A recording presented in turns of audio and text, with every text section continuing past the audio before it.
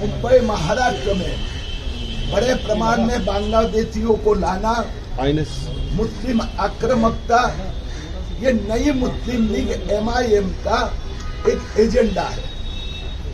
महाराष्ट्र मुंब्रा में चुनाव के बाद में MIM के नेताओं ने भाषण करके कहा कि हम आने वाले 5 साल में पूरा मुंब्रा हरे रंग से रंग देंगे। अभी मुंब्रा में 20% हिंदू बसते हैं, उनको उन्होंने धमकी दी है। मानखुर्द 100% मुस्लिम हो गया, मालेगांव 100% मुस्लिम हो गया।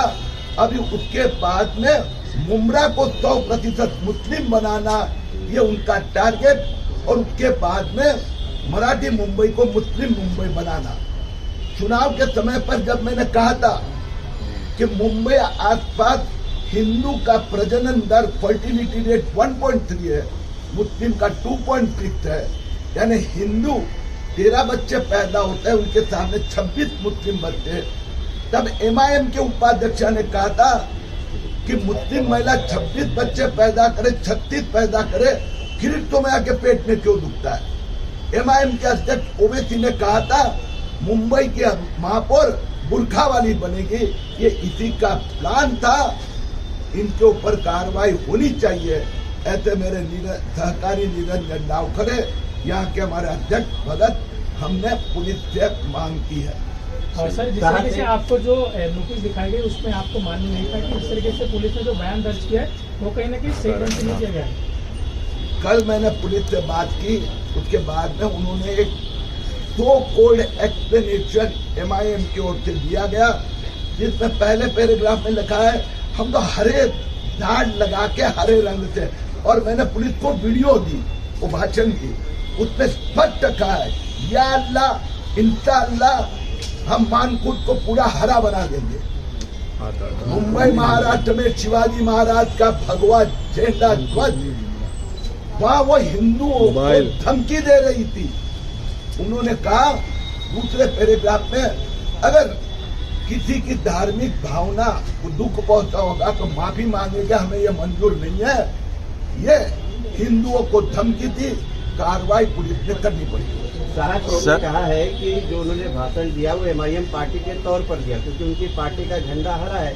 अगर उनके पार्टी का झंडा भगवा होता तो वो भगवा बोलते, लेकिन आप कह रहे हिंदुओं को धमकी दिया, तो हरा और भगवा के बीच में ये धमकी का शब्द कहाँ से आ गया, कैसे धमकी दिया? आपने वो वीडियो देखा है? हाँ, मैंने देखा है। नहीं देखा है, मैं आपको बताता हूँ। उसमें कहीं पर झंडा की बात नहीं है, कहीं पर झाड़ की बात नहीं है।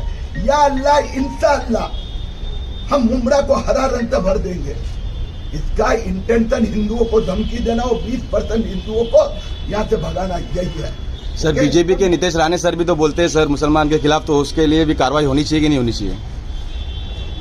सॉरी, नीतीश राणे सर भी मुसलमान के खिलाफ अब सब कुछ ना कुछ बोलते रहते हैं, तो उसके लिए कुछ कार्रवाई होनी चाहिए कि नहीं होनी चाहिए? जैसे सब सम्मान एक ही सम्मान है।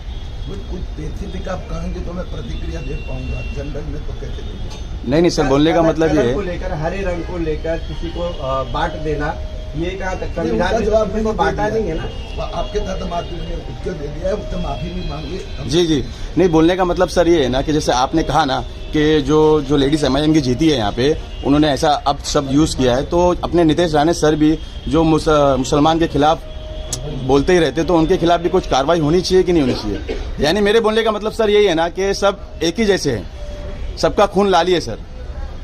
किसी भी व्यक्ति ने किसी की धार्मिक भावना भड़काना या धमकी देना, तुम्हें धमकी देता है, मैं बताता हूँ। हाँ सर, मुस्लिम बांग्लादेशी के खिलाफ धमकी बेशक सही सर, और अभी भी दूंगा। Yes sir. कोई भी बांग्लादेशी मुस्लिम हिंदुस्तान में घुसखोर आएंगे, उनको उठाकर वापस मार देंगे। बहुत सही सर, बहुत सही।